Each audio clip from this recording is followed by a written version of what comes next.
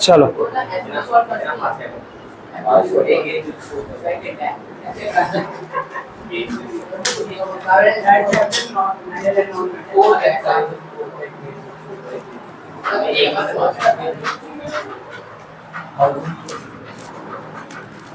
देखो अपने चैप्टर कौन सा है, कंट्रोल एंड कोऑर्डिनेशन। आज इस चैप्टर को पूरा कर देंगे। अभी तक जितना पोर्शन हुआ है एक बार जल्दी जल्दी रिवाइज करा देता हूं। Control and coordination, control and coordination में अभी जो हमने सबसे पहले एक टॉपिक पढ़ा था, कौन सा था, basic unit of nervous system. कौन सा था, basic unit of nervous system, सबसे स्मॉलेस्ट यूनिट न्यूरॉन, ब्रेन नहीं था, याद रखना, neuron. Basic unit of life को हम बोलते हैं ना जैसे सेल, वैसे basic unit of nervous system क्या था हमारा, न्यूरॉन। न्यूरॉन के दो मेन पार्ट थे, कौन कौन से, सेल बॉडी और एक्सोन। बच्चे शांति से बैठ जाओ, उग्र मत हो।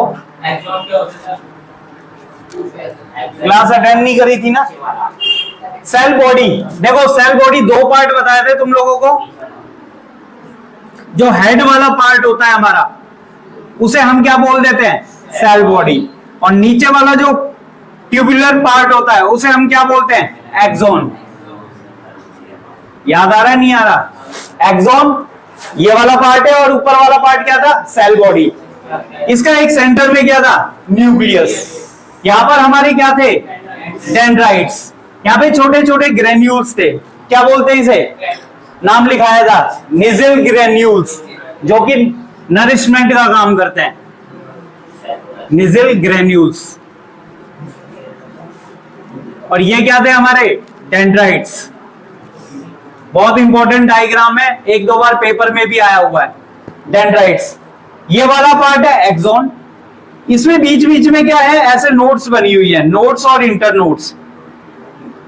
एक्सोन को कवर करने वाली एक ऊपर शीट होती है, कौन सी होती है, माइलिन शीट। माइलिन शीट, कोई नहीं, कैंसिल हो जाएगा अपने आप। माइलिन शीट, ये था हमारा मेन पार्ट किसका, basic unit of nervous system, कौन सा, न्यूरॉन। इसके दो मेन पॉइंट बताए थे तुम लोगों को, याद है, लॉन्गेस्ट सेल ऑफ द, चलो देखो ये उन लोगों के लिए भी बता रहा हूं जिन लोगों ने पहले से अटेंड नहीं करा था, थोड़ा जल्दी बताऊंगा। Neuron basic unit of life है हमारा। इसके मेन दो पार्ट होंगे, सेल बॉडी पार्ट जिसे हेड पार्ट भी बोल देते हैं, दूसरा है हमारे नीचे ट्यूबुलर पार्ट जिसे क्या बोलते हैं, एक्सोन। सेल बॉडी पार्ट के अंदर कौन कौन से पार्ट्स होते हैं, एक तो डेंड्राइट्स जो इसको पकड़ के रखते हैं, जो हमारे सिस्टम्स होते हैं, बाकी जो पार्ट्स होते हैं उनसे अटैच्ड करते हैं किसको, न्यूरॉन को। दूसरे इसमें ग्रेन्यूल्स होते हैं जो कि इसको नरिशमेंट प्रोवाइड करते हैं, निजिल ग्रेन्यूल्स। थर्ड पार्ट इसी के अंदर है जो कि न्यूक्लियस है। ये सेल बॉडी के पार्ट है। नीचे हमारे जो ट्यूबुलर पार्ट है जिसे हम बॉडी पार्ट भी बोल देते हैं या रिमेनिंग बॉडी पार्ट बोल देते हैं, कौन सा है, एक्सोन। एक्सोन के अंदर नोड्स बने होते हैं, नोड्स और इंटरनोड्स, यानी छोटे छोटे पार्ट्स हैं सारे के सारे, नोड्स और इंटरनोड्स। इसे कवर करने के लिए एक शीट होती है जो कि इसको क्या करती है, एनर्जी प्रोवाइड करती है। कौन सी शीट होती है, myelin sheath. Two important functions neuron के हम बोलते हैं या इसकी प्रॉपर्टीज बोल देते हैं, main properties. Longest cell of the body कौन सा है, न्यूरॉन। और दूसरी बोले नॉन डिजेनरेटिव टिश्यू या सेल बोलेंगे तो कौन सा है, न्यूरॉन। तुम्हें बताया था ये हमारी बॉडी में कब तक बनते हैं, अप टू द मैच्योरेशन। अगर बॉयज की बात करें तो लगभग 14 साल तक, जन्म से 14 साल तक बनेंगे, धीरे धीरे इंक्रीज होंगे, उसके बाद बनना बंद हो जाते हैं, उसके बाद नरिश होते हैं। गर्ल्स में 12 साल तक, अप टू प्यूबर्टी बोल देते हैं। अगर उसके बाद हम लोग बोलते हैं ना कि अगर हमारे न्यूरॉन सेल बढ़ जाएंगे, बादाम खाओ, ये खाओ, कुछ नहीं होता, बस नरिश होते हैं। और ये बात समझ में, यानी नर्वस टिश्यू हमारा एक ऐसा टिश्यू है 12 और 14 साल या up to puberty of human being तक बनते हैं, उसके बाद ये बनना बंद हो जाते हैं। धीरे धीरे बाद अगर हम अडल्ट एज तक ये मेंटेन रहता है 30 से 40 तक, और उसके बाद जैसे जैसे एजिंग इफेक्ट आता है इनका नंबर क्या होता है, रिड्यूस होना चालू हो जाता है।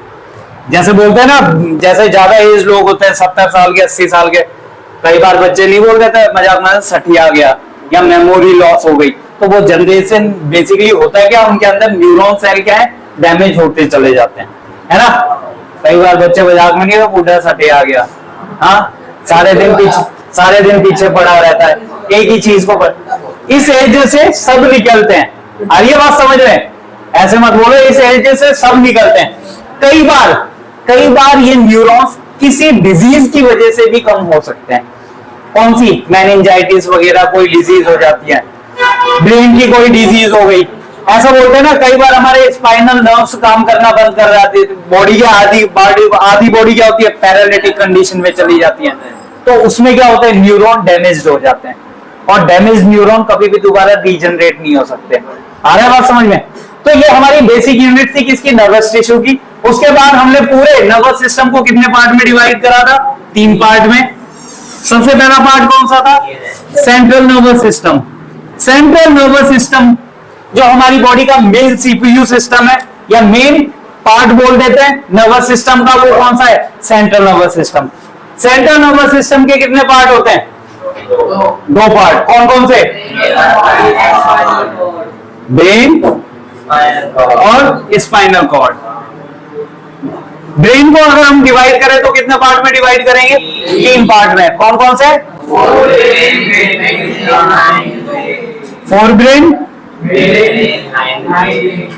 मिड ब्रेन और हाइंड ब्रेन। फोर ब्रेन के कौन कौन से पार्ट है, सेरेब्रम, वेरी गुड, और सेरेब्रम बताओ जल्दी। All factory organ, receptors organ बोल सकते हैं, ऑल फैक्ट्री ऑर्गन्स, और जैकोब्सन ऑर्गन।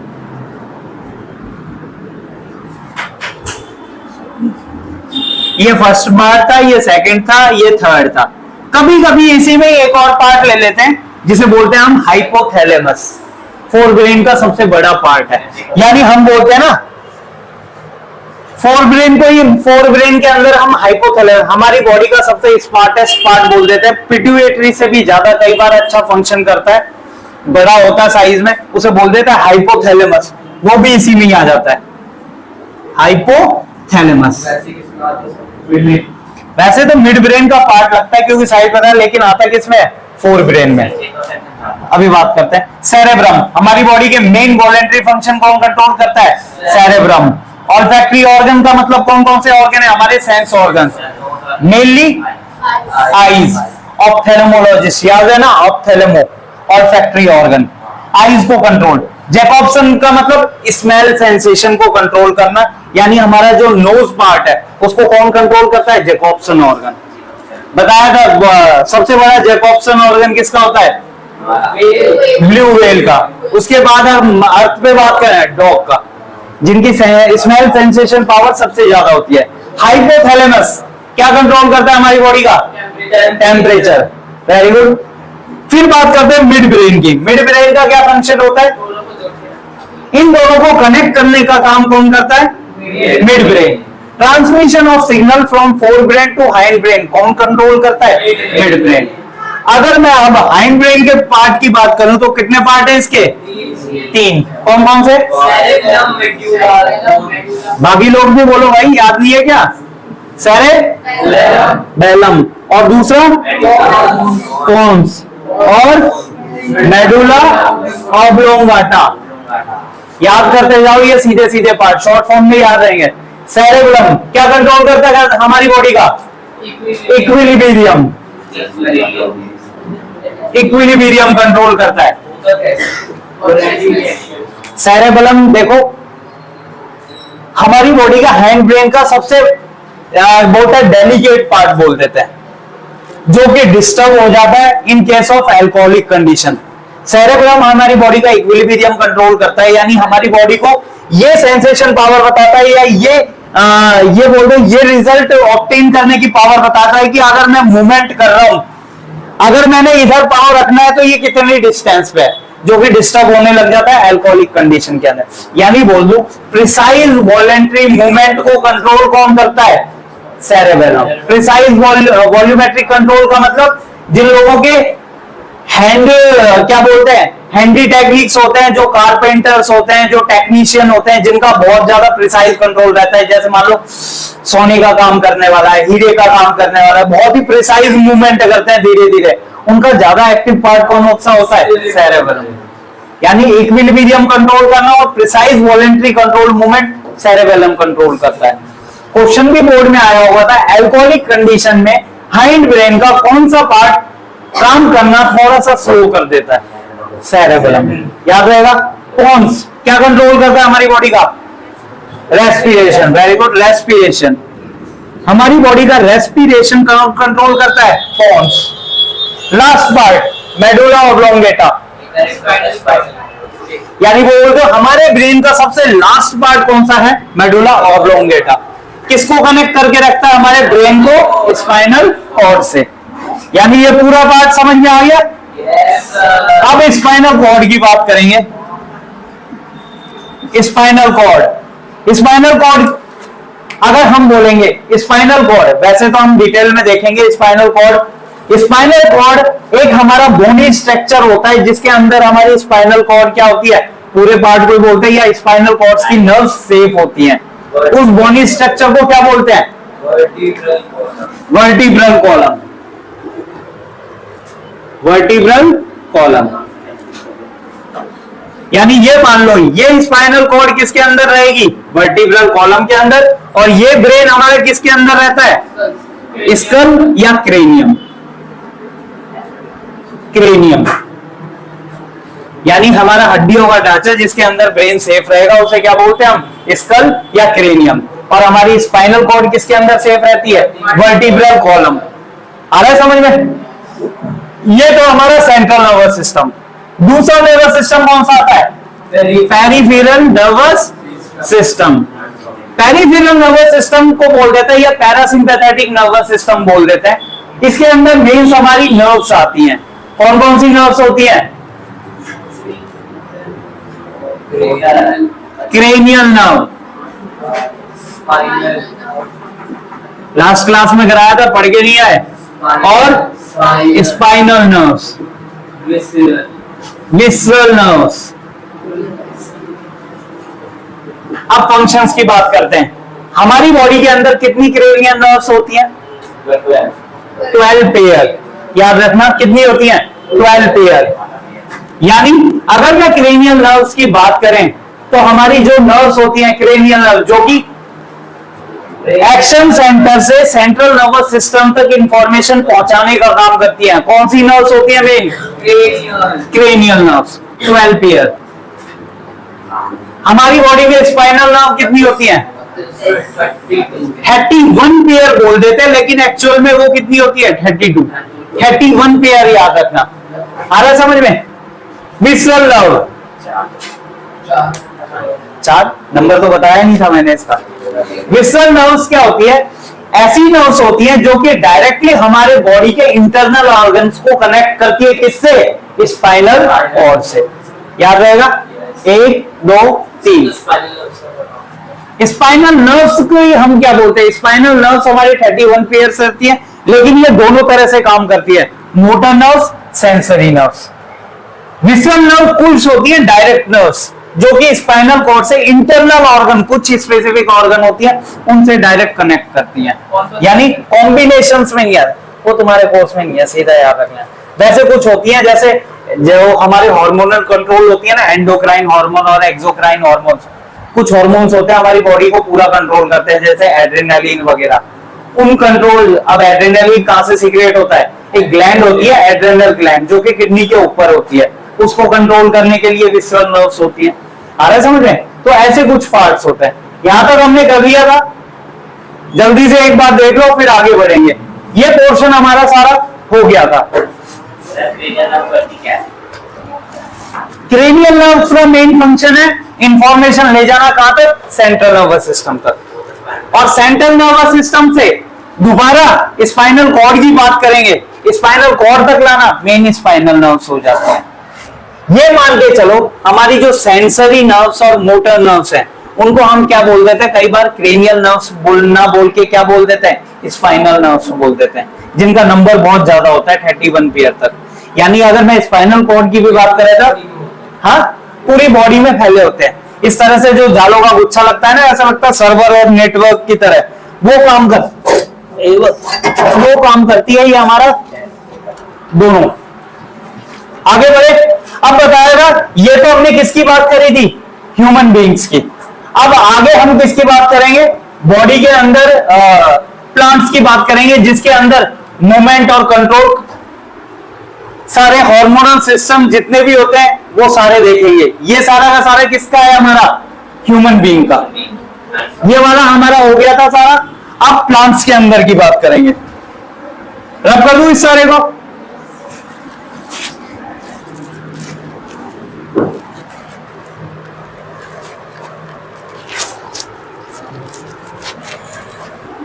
अब हेडिंग डाल दो, movement in heading movement in plants, movement in plants.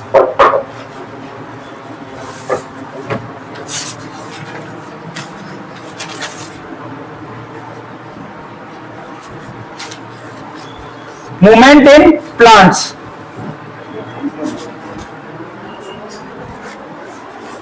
Movement in plant के अंदर अगर हम सब डिवाइडेड करें तो दो तरह के स्टिमुलस होते हैं। पहला इमीडिएट स्टिमुलस, इमीडिएट स्टिमुलस।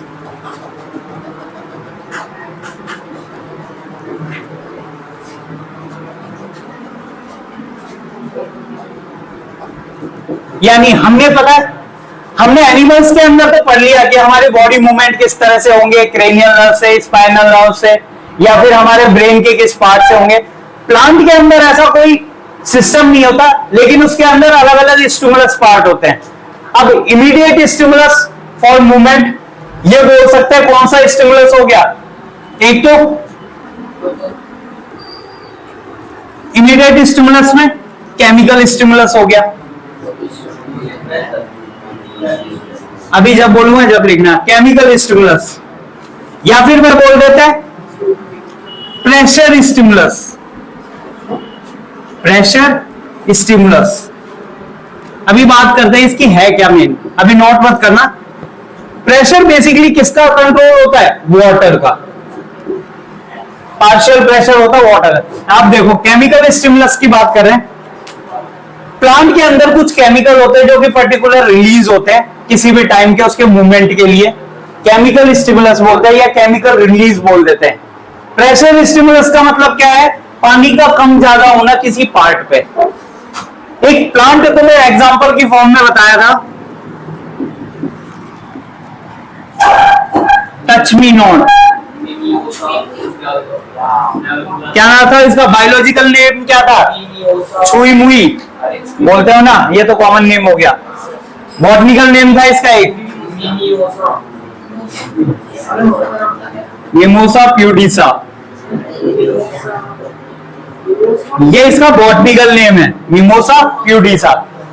छुई मुई कॉमन नेम बोल देते हैं।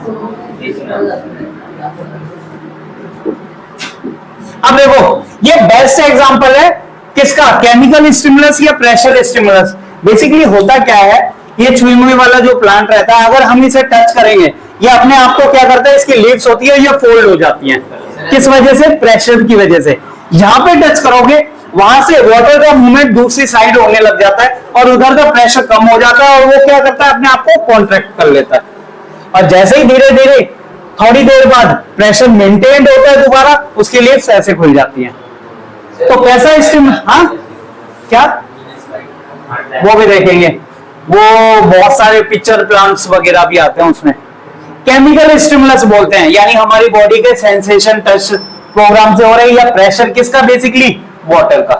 टच मी नॉट प्लांट बोल देते हैं, ये एज इट इज नोट कर लो। केमिकल स्टिमुलस होता है due to chemical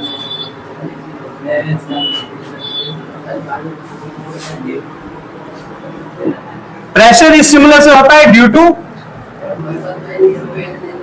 water pressure. Note कर लो अभी से जल्दी।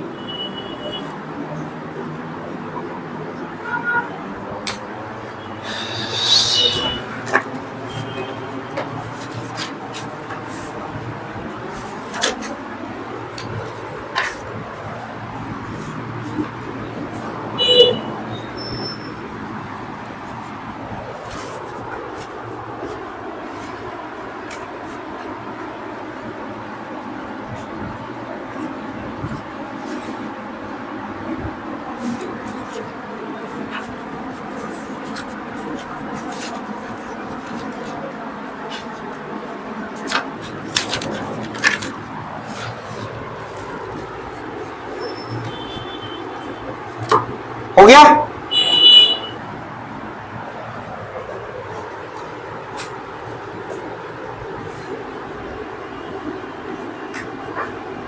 यानी एनिमल्स के अंदर हमने मूवमेंट देखी थी और ग्रोथ देखी थी, किसके वजह से? हमारे सेंट्रल नर्वस सिस्टम या पेरिफेरल नर्वस सिस्टम या हमारे वॉलंटरी मूवमेंट। लेकिन प्लांट के अंदर ये मूवमेंट किसी स्टिमुलस के अकॉर्डिंग हो सकते हैं या उनका बॉडी मूवमेंट किसी दूसरे स्टिमुलस के थ्रू होता है। ये जल्दी नोट करना, फिर दूसरा पॉइंट नोट करेंगे।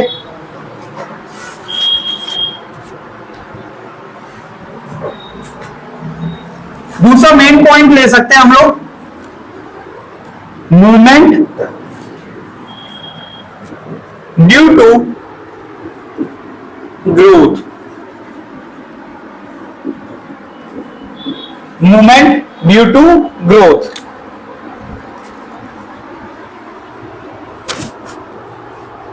Movement due to growth. इसमें एक लाइन लिख लो,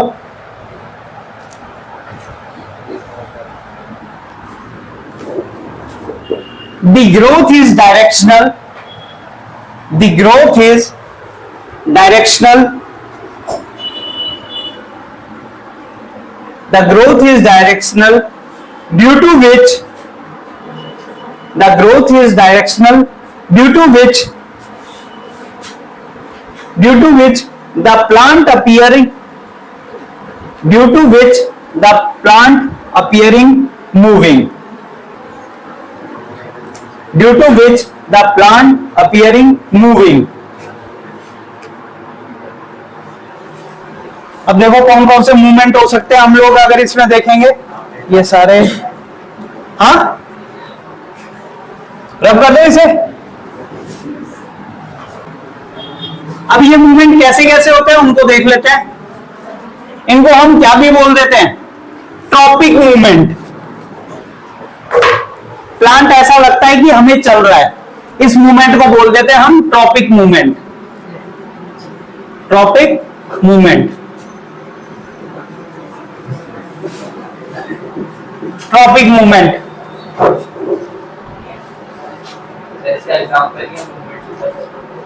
अभी देखते हैं, इसके बहुत सारे एग्जांपल हैं।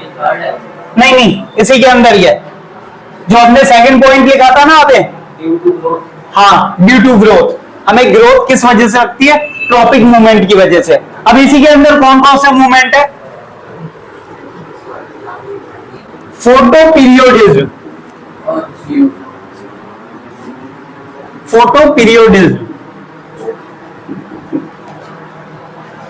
फोटो का मतलब क्या होता है? लाइट। लाइट। पीरियोडिज्म का मतलब होता है मूवमेंट। तो बेसिकली हम बोल सकते हैं the movement due to the presence of light. तो हम बोल सकते हैं movement of plant, movement of plant in presence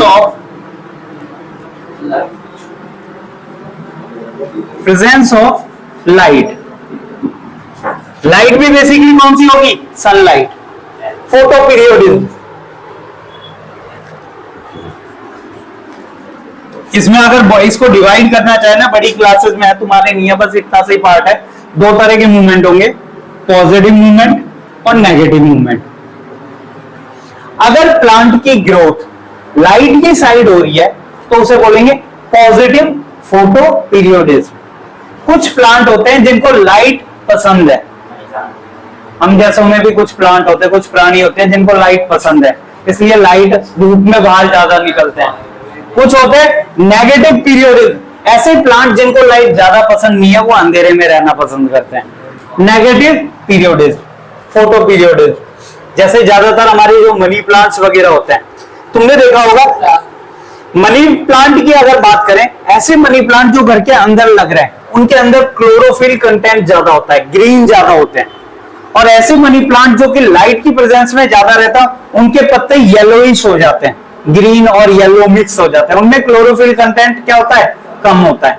तो ऐसे प्लांट जिनको लाइट ज्यादा पसंद है, वो कैसा मूवमेंट शो करते हैं, पॉजिटिव फोटो पीरियोडिज्म। ऐसे प्लांट जिनको लाइट कम पसंद है, वो कैसा मूवमेंट दिखाता है, नेगेटिव फोटो पीरियोडिज्म। आ रहा समझ में?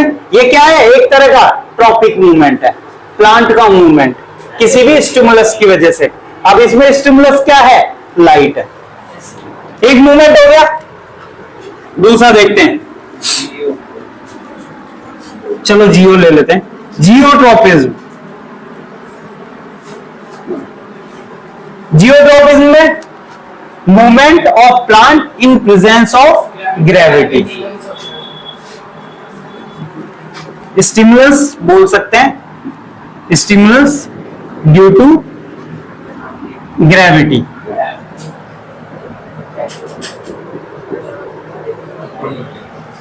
इसमें भी दो तरह के मूवमेंट होंगे, पॉजिटिव और नेगेटिव।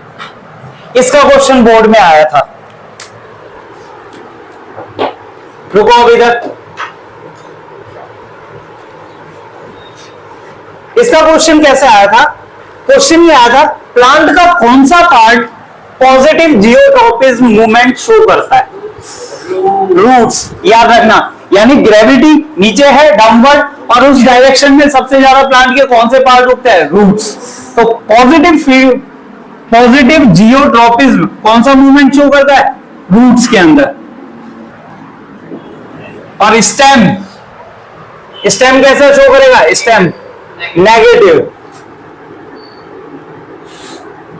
ये देखो, जैसे जमीन के ऊपर है, ये ऊपर की साइड ग्रो करेगा, तो इसे क्या बोलेंगे, इस मूवमेंट को अगेंस्ट द ग्रेविटी मूव हो रही है, नेगेटिव।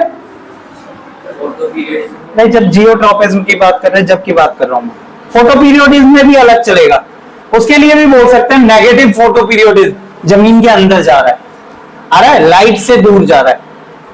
आ रहा है समझ में?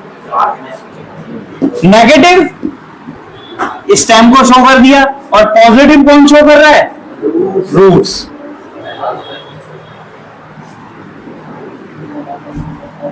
याद रहेगा, पॉजिटिव मूवमेंट, पॉजिटिव जियोट्रोपिज्म कौन शो कर रहा है, रूट्स, और नेगेटिव जियोट्रोपिज्म कौन शो कर रहा है, स्टेम।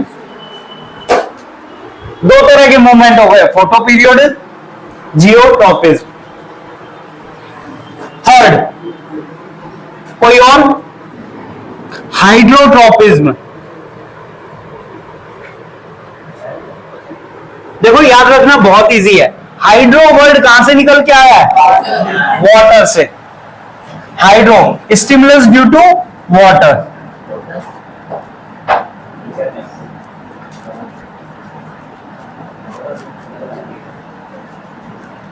देखो कुछ प्लांट होते हैं जिनको ना खाद से मतलब होता है, ना मिट्टी से मतलब होता है, केवल उन्हें क्या चाहिए, पानी। एक्वेटिक प्लांट ज्यादातर जो रहते हैं,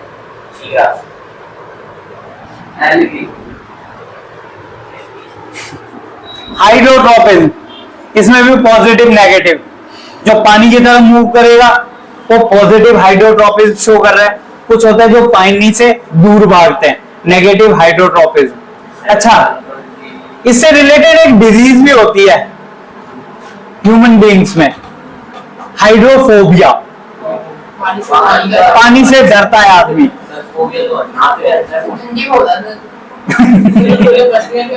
फोबिया का मतलब डर है, चलो वो ठंडी में होता है, ये बीमारी नहीं है ठंडी वाली। मैं हाइड्रोफोबिया डिजीज बोल रहा हूँ, एक जानवर के काटने से होती है। डॉग के काटने से जो रेबीज होती है, उसमें आदमी कैसा हो जाता है, हाइड्रोफोबिया कंडीशन होती है। वो पानी को देखने के और भागता है, क्योंकि क्या होता है, अरे मेन टॉपिक पे आ जाओ, कुत्ते ने काटा है नहीं काटा वो नहीं आएगा पेपर में, डिजीज कौन सी होती है वो आएगा। बेसिकली क्या होती है, आदमी को जब ये डिजीज हो जाती है रेबीज, तो वो कोई भी पीने वाली चीज नहीं पी सकता, उसके गले में बहुत ज्यादा पेन होता है, इतना पेन होता है कि वो पानी भी नहीं पी पाता, इसलिए कोई भी लिक्विड से वो दूर भागता है। इसलिए बोलते हैं कौन सी कंडीशन हो गई, हाइड्रोफोबिक कंडीशन। हाँ, फोबिया हो जाता है धीरे धीरे पानी से दूर, और बहुत गंदी बीमारी है, इसका जल्दी से ट्रीटमेंट मिलता भी है। गंदी से मतलब बहुत बेकार बीमारी है, आदमी बहुत परेशान रहता है इसमें। इसलिए स्टार्टिंग में सबसे पहले तो शैतानी मत करो जो तुम में कूट कूट के भरी हुई है ना, कि कुत्ता आके काटे, और हर कुत्ते से रेबीज बीमारी नहीं होती, आ रही है समझ में, एटलीस्ट उस कुत्ते को भी वो बीमारी होनी चाहिए रेबीज। बोलते ना ज्यादातर पागल कुत्ते के काटने से, लेकिन हर कोई इसमें क्या करता है, रिस्क नहीं लेता, इसलिए पहले इंजेक्शन, पहले तो 14 इंजेक्शन लगते थे तुम लोगों के, अब कितने लगते हैं, 4 लगते हैं, वो भी शोल्डर में लगते हैं, मेरे भी लगे ताजा ताजा शोल्डर में, पहले पेट में डायरेक्ट इधर लगते थे नाभि में, क्योंकि इंजेक्ट करा जाता था उसे, अब शोल्डर डोज आ गई है सीधी सीधी। हाइड्रोट्रोपिज्म, एक मूवमेंट और है last, chemotropism. Chemotropism, stimulus due to chemical, इसका एग्जांपल कोई दे सकता है,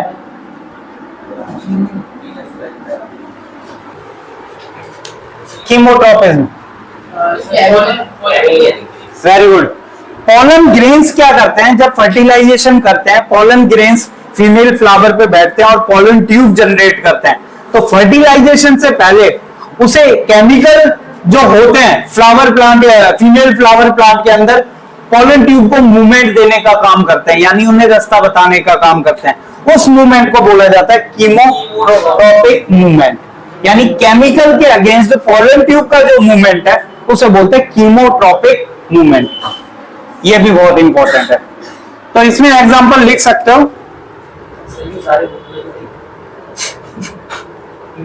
नोट कर लो, अपने हाथों से नोट करोगे तो ज्यादा बेटर रहेगा, बुक में तो सब चीज है, फिर बुक में नहीं है तो और भी अच्छा है।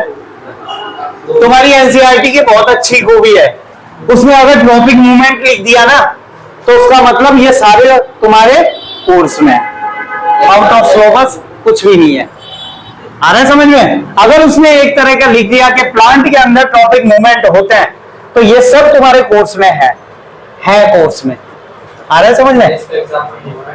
मूवमेंट ऑफ पॉलन ट्यूब लिख लो, इसका एग्जांपल, अरे movement of pollen tube,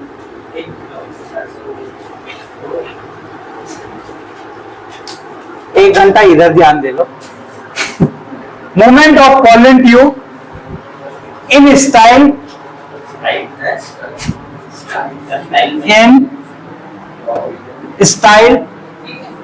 of female plant, female flower कर दो, स्टाइल एक पार्ट होता है, style stigma female flower plant के पार्ट होते हैं, नोट कर लो इसे जल्दी।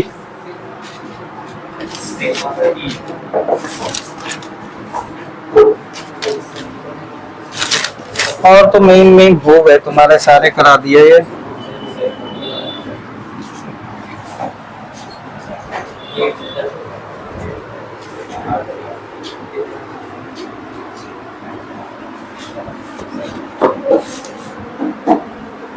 देखो पहले ही थोड़ा सा डिटेल में करा रहा हूं, तुम्हारा कोई टॉपिक नहीं छूटेगा, लेकिन एटलीस्ट घर पे जाके एक बार पढ़ लेना।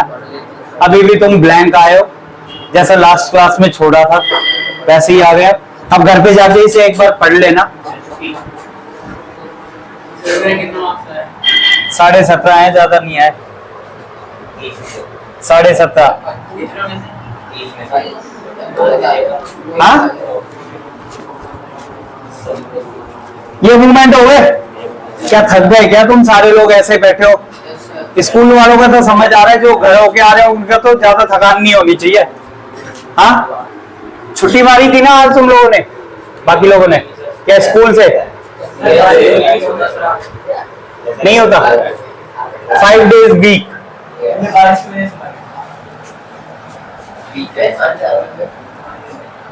रब कर दो इसे।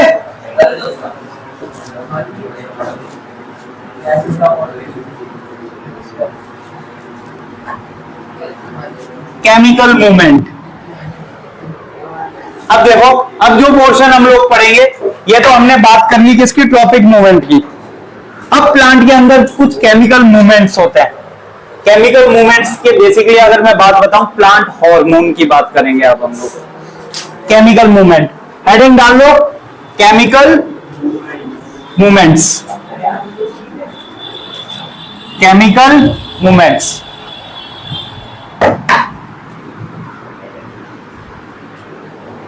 लिखो इसके अंदर केमिकल मूवमेंट्स, हेडिंग है, इसके अंदर लिखना।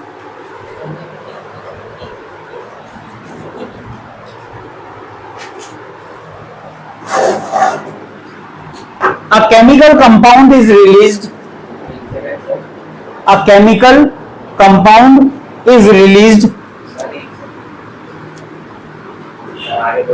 A chemical compound is released which would diffuse, which would diffuse all around the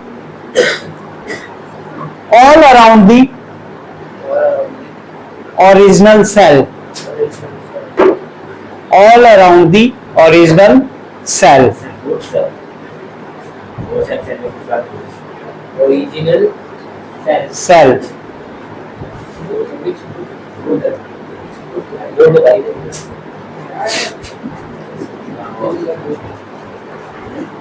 all around the original cell. They called as hormones. They called as hormones. यानी कुछ पर्टिकुलर केमिकल्स ओरिजिनल सेल के आसपास release होते हैं, जिनकी वजह से plant के अंदर कुछ मूवमेंट होते हैं। इनको क्या बोलते हैं? हम केमिकल्स बोल सकते हैं। इन्हीं को ही आगे चल के क्या बोला जाता है? हार्मोन्स। ओरिजिनल सेल से मेरा मतलब है एक्शन साइट पे ये चीजें रिलीज होती हैं, केमिकल्स, जिन्हें बोलते हैं हम लोग हार्मोन्स।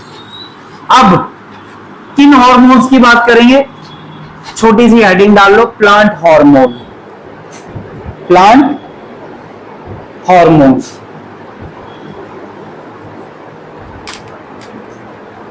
प्लांट हार्मोन, सबसे पहला मोस्ट इंपॉर्टेंट प्लांट हार्मोन है ऑक्सिन। ऑक्सिन, ऑक्सिन हो गया।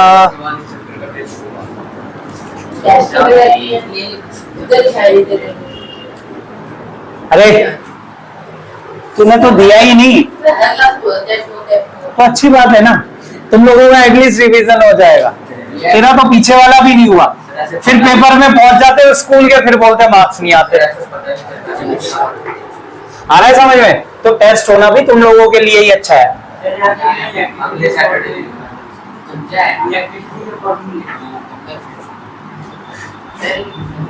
अरे मैंने पूछा ही नहीं। ऑक्सिन, ऑक्सिन, अरे ऑक्सिन कैसा हार्मोन है? Plant hormone. इसके बारे में बता देता हूं थोड़ा सा। ऑक्सिन जनरली जिस भी जगह आता है, प्लांट की अगर ब्रांच की बात करूं तो ब्रांच की टिप पर होता है, और ब्रांच की टिप पर अगर हुआ तो ये बेसिकली किसका ग्रोथ के लिए रेस्पॉन्सिबल होता है। आ रहा है समझ में? प्लांट की ब्रांच है, उसकी टिप पे आ गया। तो बोला ऐसा जाता है ऑक्सिन हमेशा कौन से वाले रीजन में होता है? प्लांट के दो पार्ट है, एक लाइट की तरफ और एक शेडो की तरफ। तो ज्यादातर ऑक्सिन की कंसंट्रेशन प्लांट के उस पार्ट पे मिलती है जो कि शेडो की तरफ होता है, छाया की तरफ, और प्लांट के जो शेडो वाला पार्ट होता है अगर वो ग्रो कर रहा है तो due to the presence of oxygen. आ रहा है समझ में? लिखो, oxygen is synthesised in, oxygen is synthesised in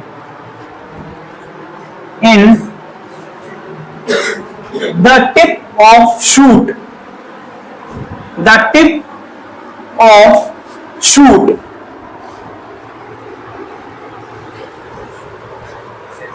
and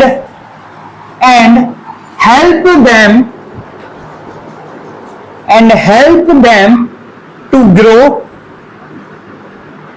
and help them to grow longer, grow longer.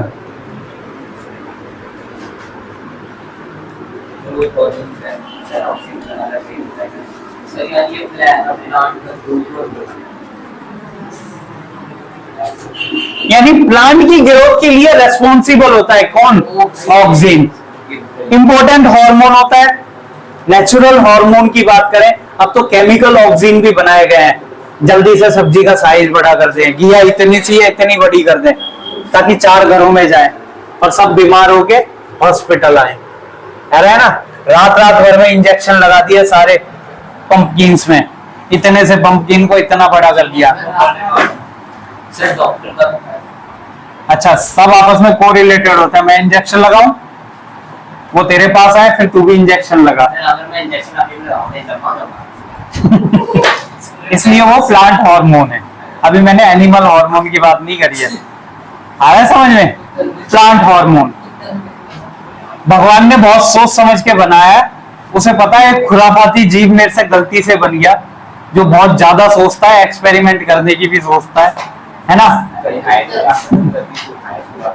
दूसरा मेन हार्मोन कौन सा है? जिब्रेलिन बोल देते हैं।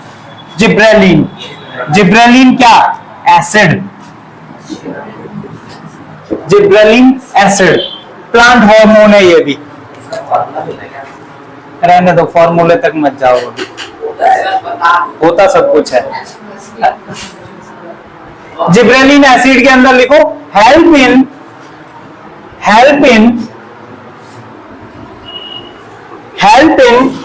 द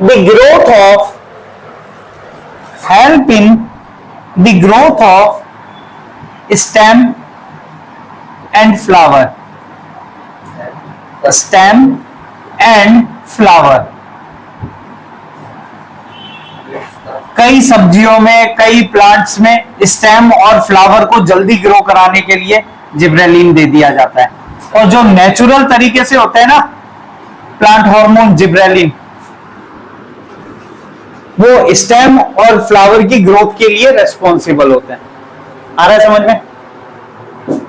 डायरेक्ट क्वेश्चन आता है जिब्रेलिन एसिड किस लिए यूज में लिया जाता है, या फिर ग्रोथ ऑफ स्टेम दे देगा, नीचे 4 हार्मोन दे देगा, तुम्हें अपने आप एमसीक्यू में टिक करना पड़ेगा, ऑक्सीजन है, साइटोकाइनिन है या जिब्रेलिन है।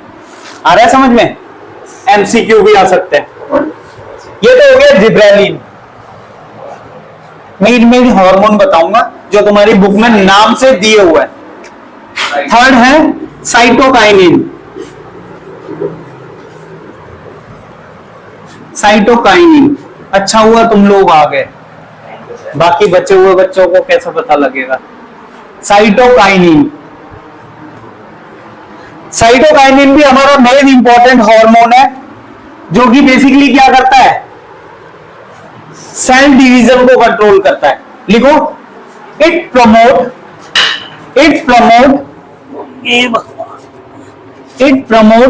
Cell division, it promote cell division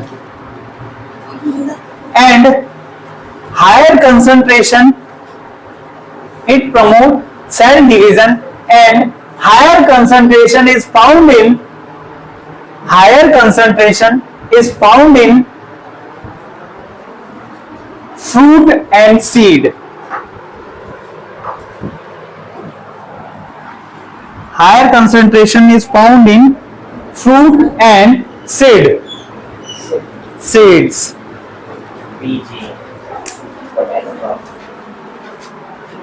ये हो गए।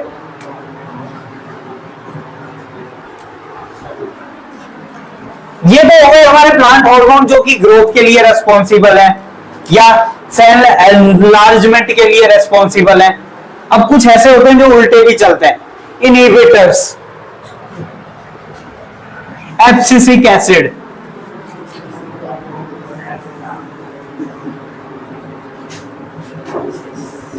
एब्सिसिक एसिड इनहिबिटर लिख लो, growth inhibitor, growth inhibitor and cause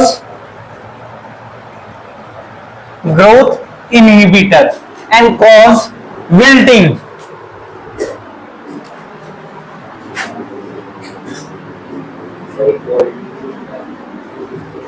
कोई बता सकता है इसका मतलब?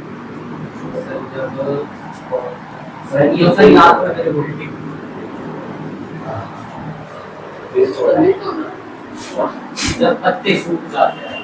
वेरी गुड, थोड़ा सा पहुंच गए। पत्तों का मुरझाना, मुरझा के गिर जाना, विल्टिंग प्रोसेस बोलते हैं। आ रहा है समझ में? मोल्टिंग सेल डिवीजन है जिब्रेलिक एसिड में, मोल्टिंग हो जाती है। यानी जैसे कैबेज है, कैबेज में हम बोलते हैं सेल डिवीजन बहुत ज्यादा है। जिब्रेलिक एसिड अगर इंड्यूस कर देता है, उसका पत्ते का साइज बढ़ता जाता है और घूमता जाता है उसे। चलो अब याद रहेगा, पत्ते का साइज धीरे धीरे बढ़ जाता है और घूमता चला जाता है, उसे मोल्टिंग बोल देते हैं। लेकिन मैंने लिखाया नहीं तुम्हें। प्लांट हार्मोन कितने हैं टोटल? Plant hormone 4। कौन कौन से? ऑक्सिन, दूसरा जिब्रेलिन, तीसरा साइटोकाइनिन, चौथा एब्सिसिक एसिड। ऑक्सिन का काम क्या है? शूट करता है प्लांट की हाइट को, यानी प्लांट एक छोटा साइज का है और धीरे धीरे बड़ा होने में हेल्प करता है। कौन? ऑक्सिन। ज्यादातर कहां पर मिलता है? टिप ऑफ शूट्स या लीव्स में मिलता है। जिब्रेलिक एसिड किसमें हेल्प करेगा? स्टेम और फ्लावर के साइज को बढ़ाने में। आ रहा है समझ में? साइटोकाइनिन किसमें हेल्प करता है? सेल डिवीजन में। लास्ट एब्सिसिक एसिड, ये ग्रोथ इनहिबिटर है और विल्टिंग प्रोसेस को अटेन करता है। ऐसे होता है ना, कई बार हमें क्या होता है, कई प्लांट्स के मूवमेंट को हमें रोकना होता है, यानी उनके साइज को मेंटेन करना होता है, तो इनहिबिटर की तरह काम में लिया जाता है एब्सिसिक एसिड। आ रहा है समझ में? तो ये 4 मेन क्या है? Plant hormone. याद रहेंगे? ये तो हो गए प्लांट। अब हमारे हार्मोन भी आ जाओ। हाँ,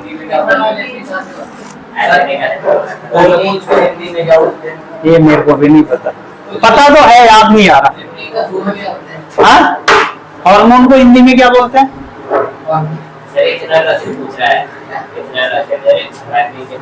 देखो अगर लिखना है वो भी लिख लो, एसिटाइलिन। एसिटाइलिन गैस होती है। हाँ, प्लांट हार्मोन नहीं है। Acetylene gas, ripening of fruits बताया था मैंने तुम्हें। हाँ, फलों को पकाने के काम में आता है।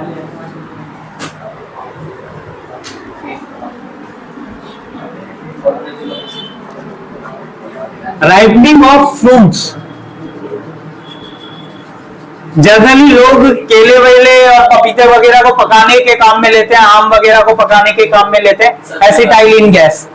फॉर्मूला इसका सिंपल है, इसलिए लिख सकते हो, इथाइन, ट्रिपल बॉन्ड है। एल्केन, एल्कीन और एल्काइन पढ़ा था ना, वो अभी कार्बोनेसिस कंपाउंड में पढ़ेंगे ना जब बताऊंगा। 2 कार्बन है, अभी तुम्हारे है केमिस्ट्री का बड़ा चैप्टर भी है। एसिटाइलिन ये वाला ग्रुप है, फ्रूट्स को पकाने के काम में भी आता है, और केलों को पकाने में लोग ज्यादातर दूसरे भी चीजें काम में लेते हैं, कार्बाइड्स वगैरह।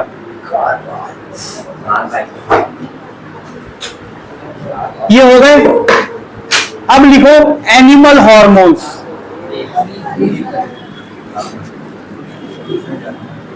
चैप्टर खत्म होने की कगार पे है, लास्ट टॉपिक्स है।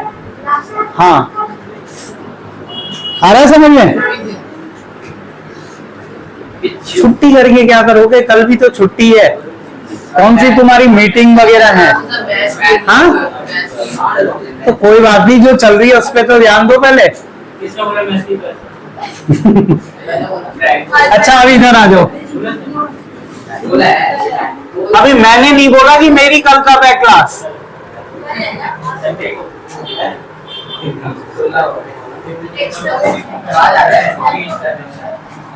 अच्छा, अब इधर आ जाओ, इधर आ जाओ। एनिमल हॉर्मोन्स, हमारे अंदर हार्मोन रिलीज करने के लिए क्या प्रेजेंट है? ग्लैंड्स। और ग्लैंड्स होती हैं दो तरह की। बाकी लोग, उन लोगों के नहीं है क्या? दो तरह की ग्लैंड्स होती हैं, कौन कौन सी ग्लैंड्स? इसके बाद कौन सा चैप्टर है?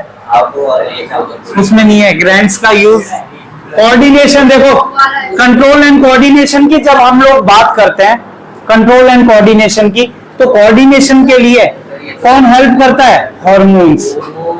हमारी बॉडी कैसा रिएक्ट कर रही है, कब मम्मी को गुस्सा आ रहा है, कब चप्पल मार रही है, कब झाड़ू मार रही है, कब प्यार से कुछ बना के दे रही है, तो क्या है?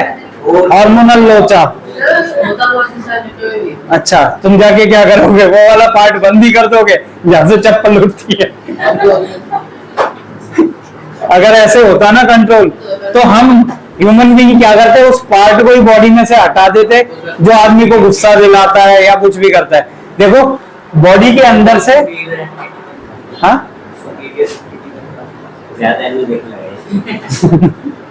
देखो गुस्सा भी उतना ही इंपॉर्टेंट है हमारी बॉडी के लिए जितना कि प्यार। आ रहा है समझ में?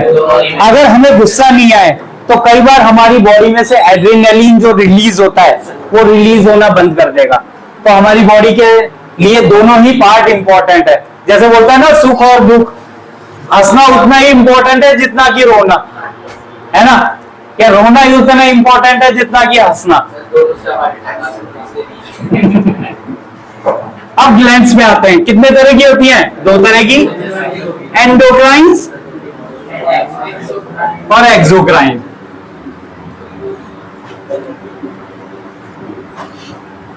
हाँ बेटा, डिफरेंस क्या होता है इनमें?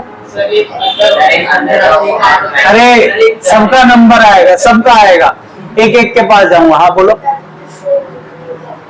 चलो थोड़ा पास पहुंच गए। और कोई? Very good. दोनों हरे हरे, जल्दी बता दो।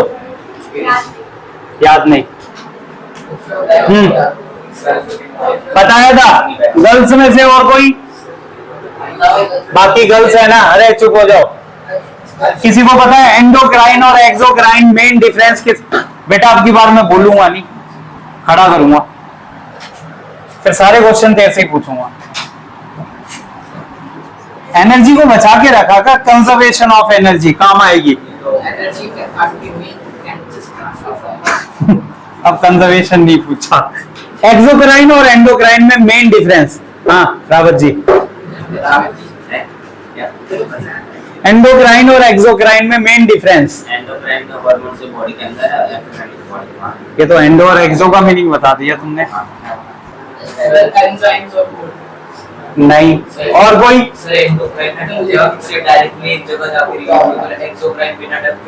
चलो वेरी गुड, तुम भी वहां तक ही पहुंच गए, है ना? देखो सही है।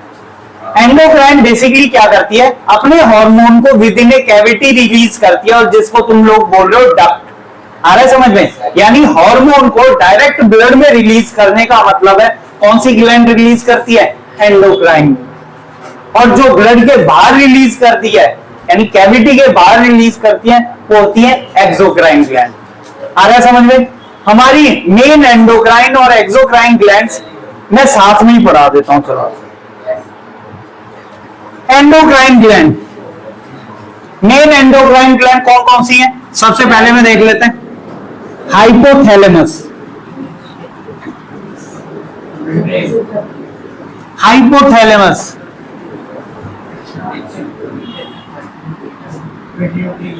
पिट्यूटरी ग्लैंड, एड्रेनल ग्लैंड,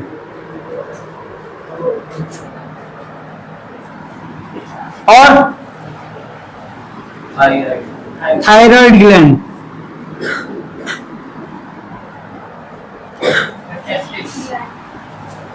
वो ग्लैंड में बात करेंगे उसकी अभी। रीजन आगे गोनाड्स रीजन बोल देते हैं जिन्हें, सीजन नहीं, गोनाड्स, गोनाड्स रीजन बोल देते हैं, जो हमारी बॉडी के रिप्रोडक्टिव पार्ट्स हैं, गोनाड रीजन। एक्सोक्राइन ग्लैंड का एग्जांपल कोई?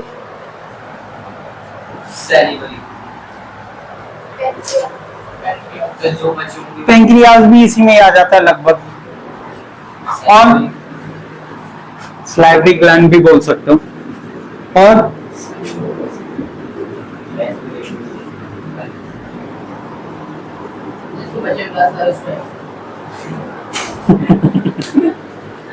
फिर और कौन कौन सी है इसमें? नहीं तो इसमें और कौन सी बची है ये तो बता दो, फिर मैं बोलूंगा बाकी इसमें आएंगी। इसमें और कौन सी बची है? एंडोक्राइन में और भी आती है हमारी, पैंक्रियाज भी एंडोक्राइन में। जैसे हमारी मेन कुछ ग्लैंड्स बोल देते हैं, लीवर भी एक ऐसा पोर्शन है जो कई बार हमारे सिक्रेशन का काम करता है, बाइल जूस सिक्रेट करता है, exocrine gland, liver. Seminal vesicles, tubules बोल देते हैं।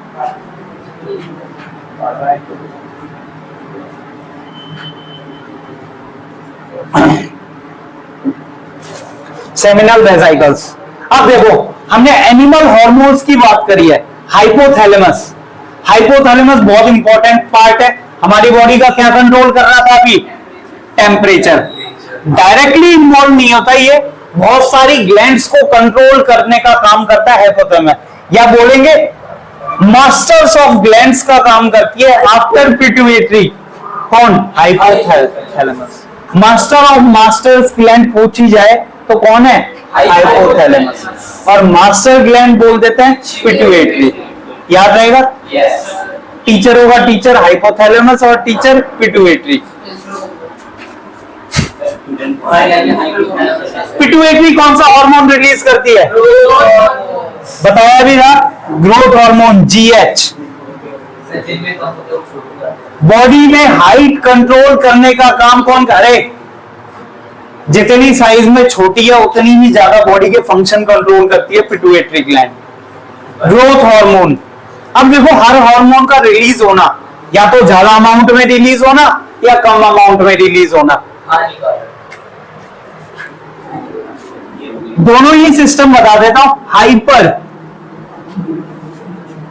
और हाइपो। क्या?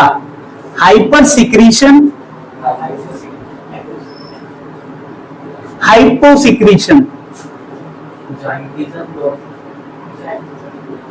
हाइपर का मतलब क्या होता है? हाइपर टेंशन बोलते हैं ना, जब ज्यादा टेंशन ले लेते हैं हाइपर टेंशन। हाइपो सिक्रीशन मतलब जब ज्यादा सिक्रीज कर देता है कौन सा hormone? Growth hormone. Growth hormone हमारी बॉडी के अंदर अगर ज्यादा रिलीज हो जाएगा तो क्या बन जाएंगे? खली, जाइंटिज्म, एक डिजीज हो जाएगी।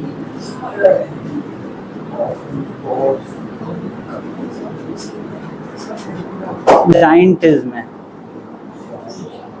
जाइंटिज्म, खली जैसे बन जाएंगे।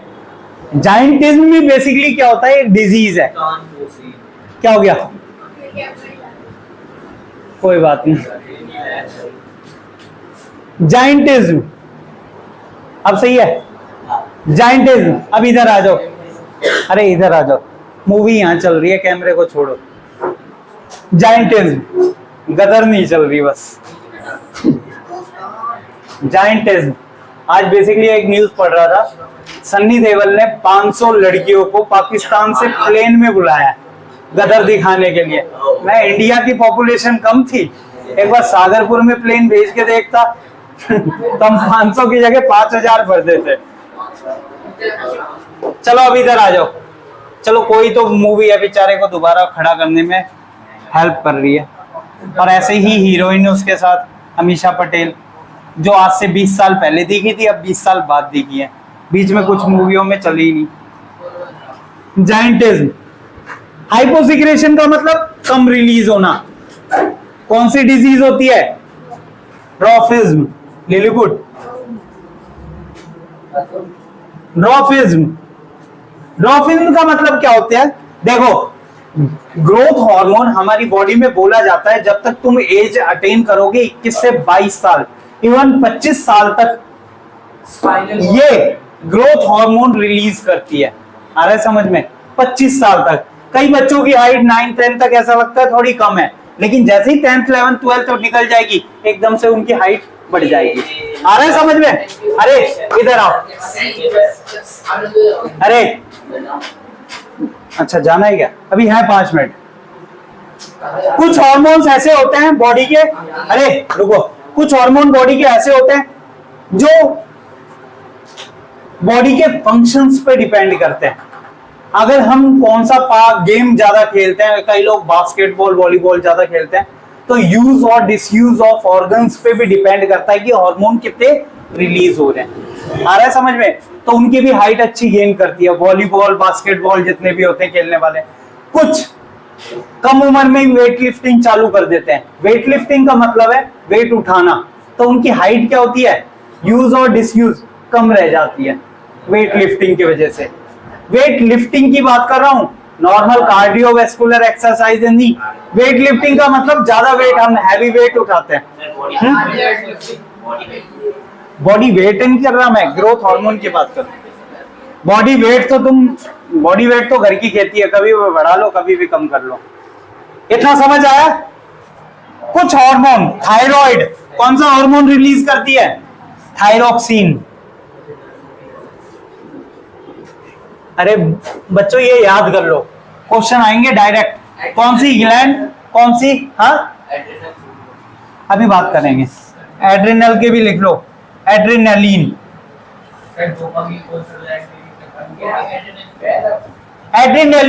एड्रिनलिन को कौन सा हार्मोन भी बोलते हैं? स्ट्रेस एंड इमोशन हार्मोन बोल देते हैं। Stress and emotion.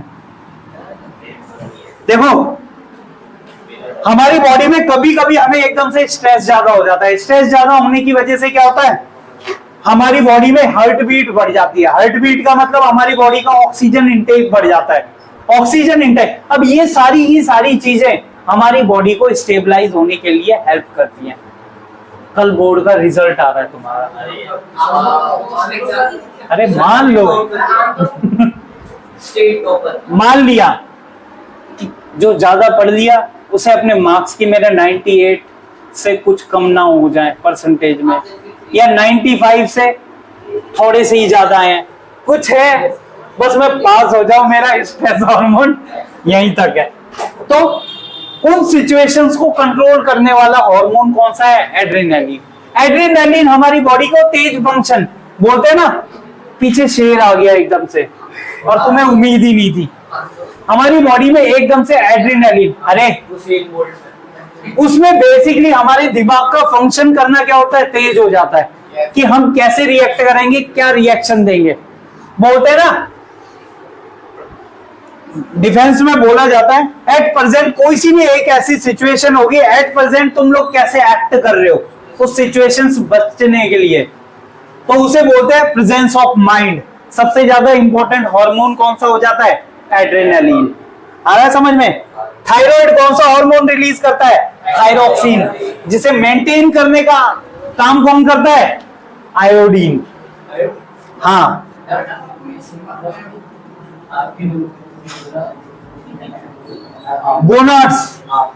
गोनाड्स यानी हमारे जो सेक्स हार्मोन्स होते हैं, गोनाड्स कंट्रोल करते हैं।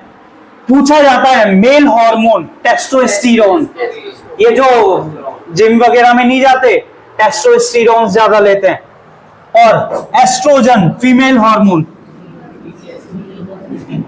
अब इधर आ जाओ, टेस्टोस्टेरोन बहुत इंपॉर्टेंट है, मेल हार्मोन पूछा जाता है, याद रखना टेस्टोस्टेरोन। और फीमेल हार्मोन एस्ट्रोजन। ई से होता है वो स्टेरॉइड होता है। ओ से बोलते हैं, ओ साइलेंट होता है इसमें, एस्ट्रोजन। स्पेलिंग के मार्क्स कट देंगे। हाँ स्पेलिंग के मार्क्स कट देंगे। नहीं कटेंगे, एस्ट्रोजन भी लिख दोगे चल जाएगा।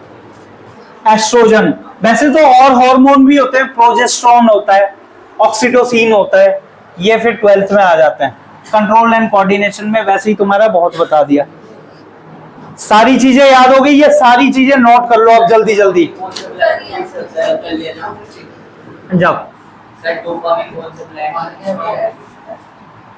डोपामिन इसके एंटी अगेंस्ट में काम करता है। हाँ कौन सा प्लांट रिलीज करते हैं? एड्रेनली रिलीज करती है डोपामिन।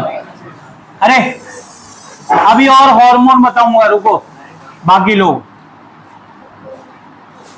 क्या क्या हो गया, छोड़ दूंगा थोड़ी देर में। खाना खा रखा है ना सबने? तो बढ़िया, आज का बच गया। कभी कभी मम्मी को भी रेस्ट मिलना चाहिए, है ना? तुम्हारी मम्मी का ही फोन आ गया, उनको रेस्ट नहीं मिल रहा, उन्हें चिंता हो रही है। एक बिना खाना खाए स्कूल अटेंड कर ली, स्कूल के बाद ट्यूशन अटेंड कर लिया। चलो अभी छोड़ देता हूँ, थोड़ी देर में छोड़ देता हूँ बस। देखो एड्रेनालिन, एक और एंडोक्राइन ग्लैंड होती है, बहुत पेपर में पूछी जाती है, पैंक्रियाज। पैंक्रियाज तुमने लाइफ प्रोसेस में भी पढ़ा होगा, डाइजेशन के अंदर हेल्प करता है ये पैंक्रियाज। देखो हमारी बॉडी में ऐसा होता है, पत्ते जैसा, पत्ते जैसा होती है एक ग्लैंड होती है जिसे बोलते हैं पैंक्रियाज। ये दो हार्मोन रिलीज करती है, किसी को पता है? इंसुलिन और ग्लूकागोन। गुड़कागोन नहीं, glucagon. Insulin, sir insulin diabetes वाला। हाँ ग्लूकागोन। अगर हमारी बॉडी में ब्लड शुगर लेवल बढ़ जाता है, ब्लड शुगर लेवल को कौन कंट्रोल करता है? इंसुलिन। ब्लड में शुगर लेवल बढ़ जाता है तो हमारी बॉडी रिलीज करती है पैंक्रियाज की हेल्प से कौन सा? इंसुलिन। तो बॉडी में ब्लड शुगर लेवल मेंटेन्ड हो जाता है। जिन लोगों के अंदर इंसुलिन नहीं रिलीज होता वो लोग एक्सटर्नली इंजेक्ट करते हैं, छोटे छोटे इंजेक्शन आते हैं इंसुलिन के। आ रहा है समझ में? और अगर हमारी बॉडी क्या करता है, insulin extra amount of glucose को किस में कन्वर्ट कर देता है? ग्लाइकोजन में। और ग्लाइकोजन कहाँ स्टोर होता है? बताया था लीवर में। देखो बहुत छोटा सा